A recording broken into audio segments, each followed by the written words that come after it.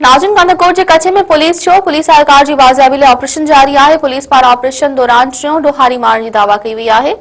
तफ़सील बुधाए रहियो आहे गुलाम रसूल मीरानी। जी गुलाम रसूल, छा तफ़सील आहिनि? जी बिल्कुल ही कंदाकोट इंडस हाईवे कंपरानी लाड़े तां गुज़रियल ॾींहुं हथियारबंद पुलिस एहलकार फज़ल रहमान ओसोई के अगवा करे विया, वो अॼु ताईं वो बाजियाब न थी सघियो आहे। मुगवी एहलकार की बाजियाबी लाइ पुलिस तरफां गुज़रियल राति खां वठी ऑपरेशन आहे वो जारी है।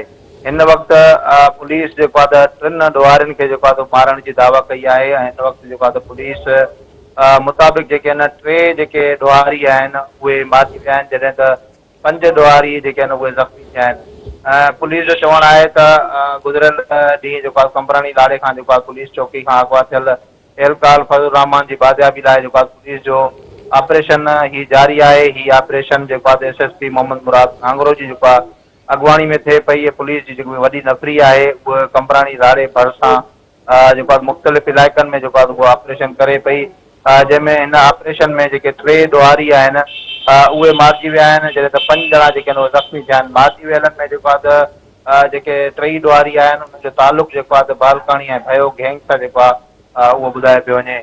ऐं मारिजी वियलनि में शफ़ीक दहाणी, सोबत जागीराणी ऐं शायद भयो उहे शामिल आहिनि। इन सिलसिले में पुलिस जो चवणु आहे त मारिजी वियल धाड़ेल आहिनि उन्हनि जा लाश आहिनि उहे असां तहवील में वठी करे हिन वक़्तु अस्पताल मुंतकिल करे छॾिया आहिनि। ऐं SSP जो चवणु आहे त ही ऑपरेशन मुगवी एहलकार की बाजियाबी ताईं वो जारी रहंदो। हिन वक़्तु पुलिस ऐं ॾोहारियुनि में मुक़ाबलो आहे वो जारी है। जी गुलाम रसूल, जी मेहरबानी।